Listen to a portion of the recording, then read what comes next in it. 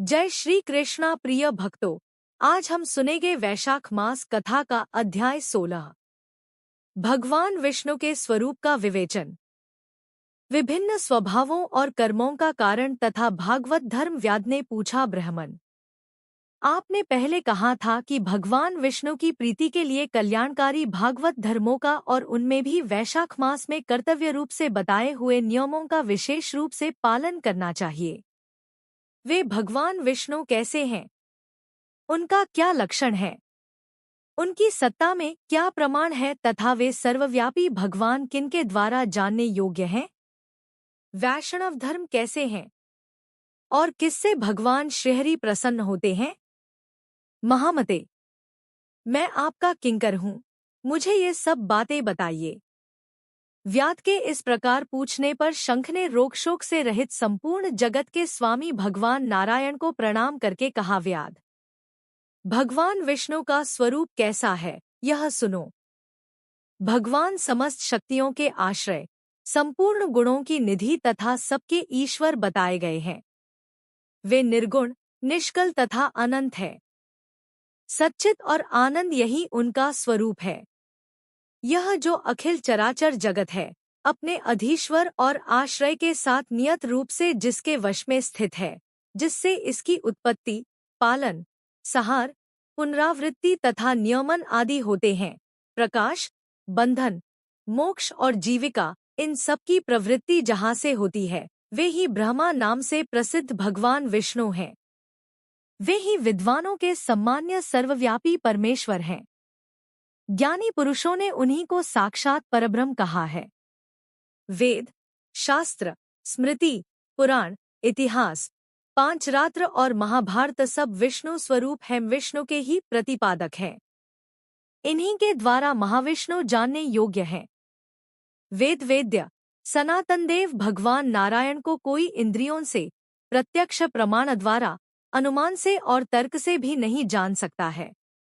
उन्होंने दिव्य जन्म कर्म तथा गुणों को अपनी बुद्धि के अनुसार जानकर उनके अधीन रहने वाले जीव समूह सदा मुक्त होते हैं।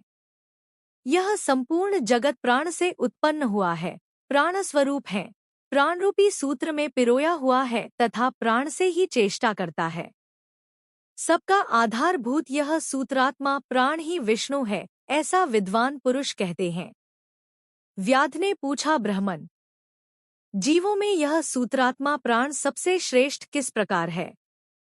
शंख ने कहा, व्याध, पूर्वकाल में सनातन देव भगवान नारायण ने ब्रह्मा आदि देवताओं की सृष्टि करके कहा, देवताओं, मैं तुम्हारे सम्राट के पद पर ब्रह्मा जी की स्थापना करता हूँ।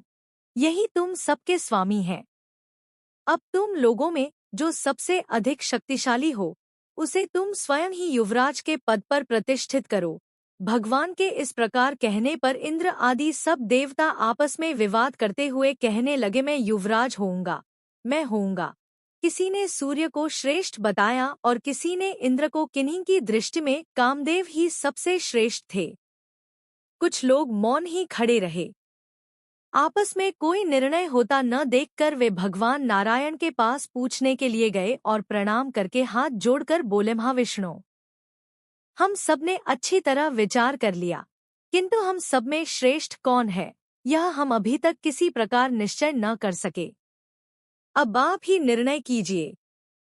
तब भगवान विष्णु ने हंसते हुए कहा, इस विराट ब्रह्मांड रूपी शरीर से जिसके निकल जाने पर यह गिर जाएगा और जिसके प्रवेश करने पर पुनः उठकर खड़ा हो जाएगा, वही देवता सबसे श्रेष्ठ है। भगवान के ऐसा कहने पर सब देवताओं ने कहा, अच्छा ऐसा ही हो। तब सबसे पहले देवेश्वर जयंत विराट शरीर के पैर से बाहर निकला।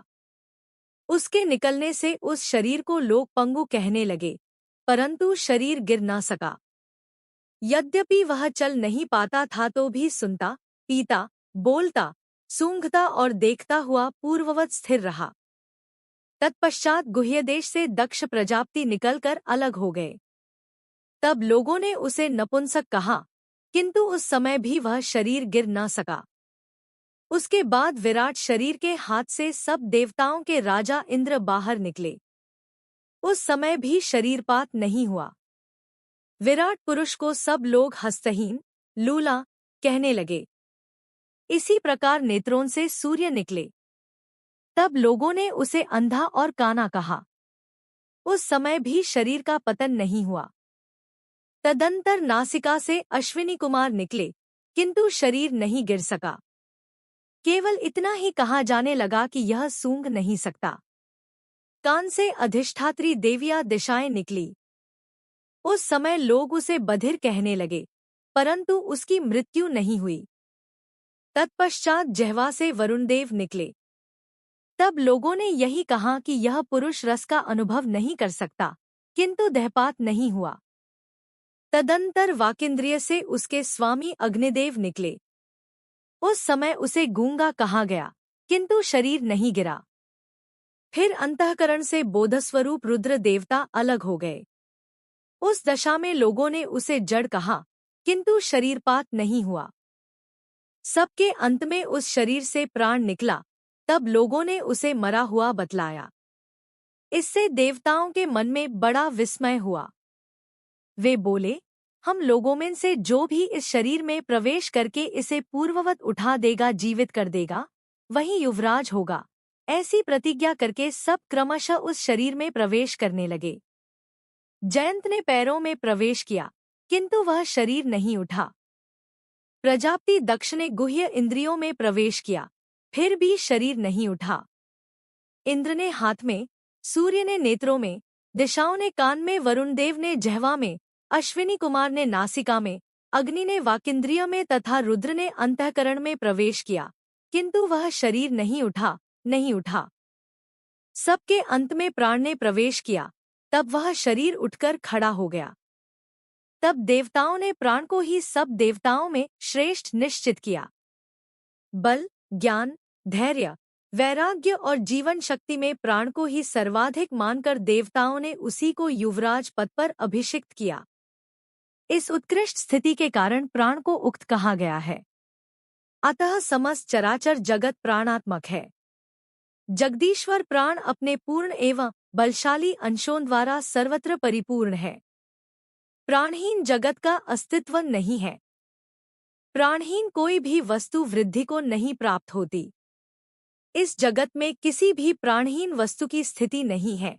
इस कारण प्राण सब जीवों में श्रेष्ठ, सबका अंतरात्मा और सर्वाधिक बलशाली सिद्ध हुआ। इसलिए प्राणोपासक प्राण को ही सर्वश्रेष्ठ कहते हैं। प्राण सर्वदेवात्मक है, सब देवता प्राणमय हैं। वह भगवान वासुदेव का अनुगामी तथा सदा उन्हीं में स्थित है। मनीषी पुरुष प्राण को महाविष्णु का बल बतलाते हैं। महाविष्णु के माहात्म्य और लक्षण को इस प्रकार जानकर मनुष्य पूर्व बंधन का अनुसरण करने वाले अज्ञानमय लिंग को उसी प्रकार त्याग देता है, जैसे सर्प पुरानी केंचुल को। लिंगदेह का त्याग करके वह परम पुरुष अनामय भगवान नारायण को प्राप्त होता है। शंख मुनि की कही हुई यह बात सुनकर व्याध ने पुनः पूछा, ब्रह्मन, यह प्राण जब इतना महान प्रभावशाली और इस संपूर्ण जगत का गुरु एवं ईश्वर है, तब लोक में इसकी महिमा क्यों नहीं प्रसिद्ध हुई? शंख ने कहा, पहले की बात है। प्राण अश्वमेध यज्ञों द्वारा अनामय भगवान नारायण का यजन करने के लिए गंगा के तट पर प्रसन्नतापूर्वक गया। अनेक मुनिगणों के साथ उसने फलों के द्वारा पृथ्वी का शोधन किया।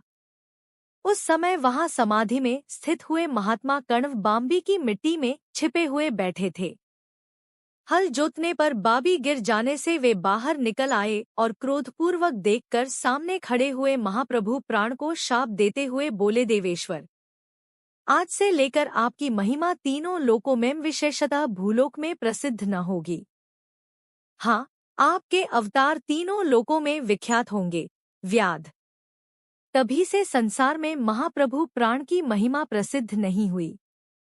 भूलोक में तो उसकी ख्याति विशेष रूप से नहीं।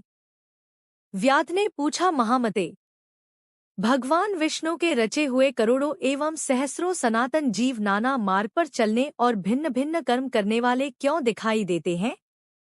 इन सबका एक सा स्वभाव क्यों नहीं है? यह सब विस्तारपूर्वक बतलाइए। शंख ने कहा, रजोगुण, तमोगुण और सत्वगुण के भेद से 3 प्रकार के जीव समुदाय होते हैं।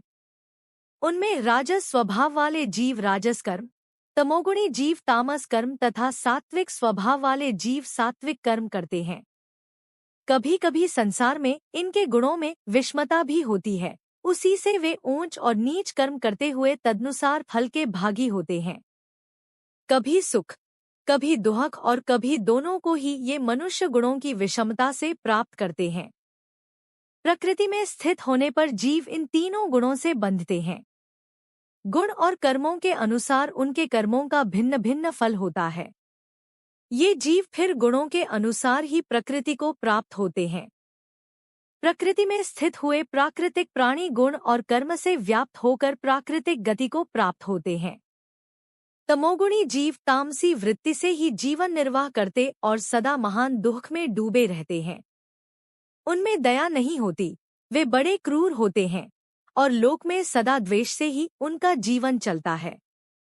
राक्षस और पिशाच आदि तमोगुणी जीव हैं, जो तामसी गति को प्राप्त होते हैं। राजसी लोगों की बुद्धि मिश्रित वे पुण्य तथा पाप दोनों करते हैं। पुण्य से स्वर्ग पाते और होती है, पाप से यातना भोगते हैं। इसी कारण मंदभाग्य पुरुष बार बार इस संसार में आते जाते रहते हैं। जो सात्विक स्वभाव के मनुष्य हैं, वे धर्मशील, दयालु, श्रद्धालु, दूसरों के दोष न देखने वाले तथा सात्विक वृत्ति से जीवन निर्वाह करने वाले होते हैं। इसीलिए भिन्न भिन्न कर्म करने वाले जीवों के एक दूसरे से पृथक अनेक प्रकार के भाव हैं। उनके गुण और कर्म के अनुसार महाप्रभु विष्णु अपने स्वरूप की प्राप्ति कराने के लिए उनसे कर्मों का अनुष्ठान करवाते हैं। भगवान विष्णु पूर्ण काम है, उनमें विषमता और निर्दयता आदि दोष नहीं है। वे संभाव से ही सृष्टि, पालन और संहार करते हैं। सब जीव अपने गुण से ही कर्मफल के भागी होते हैं।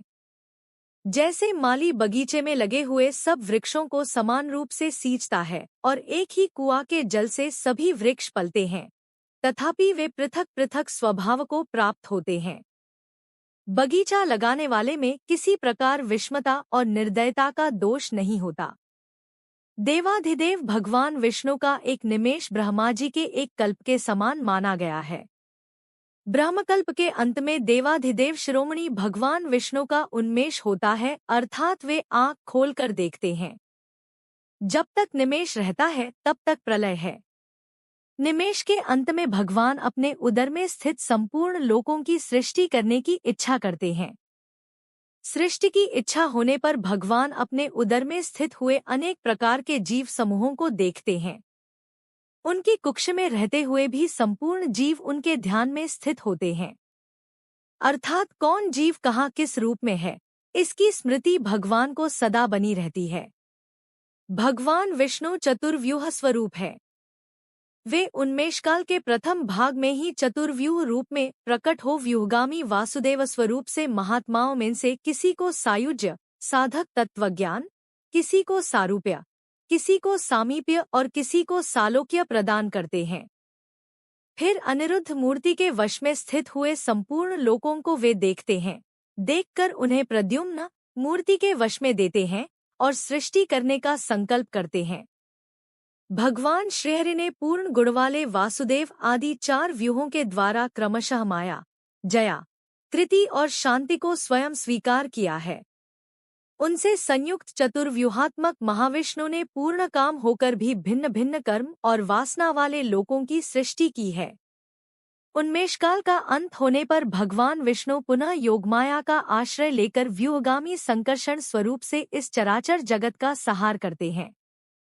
इस प्रकार महात्मा विष्णु का यह सब चिंतन करने योग्य कार्य बतलाया गया, जो ब्रह्मा आदि योग से संपन्न पुरुषों के लिए भी अचिंत्य एवं दुर्विभाव्य है। व्याध ने पूछा, मुने, भागवत धर्म कौन कौन से हैं और किनके द्वारा भगवान विष्णु प्रसन्न होते हैं?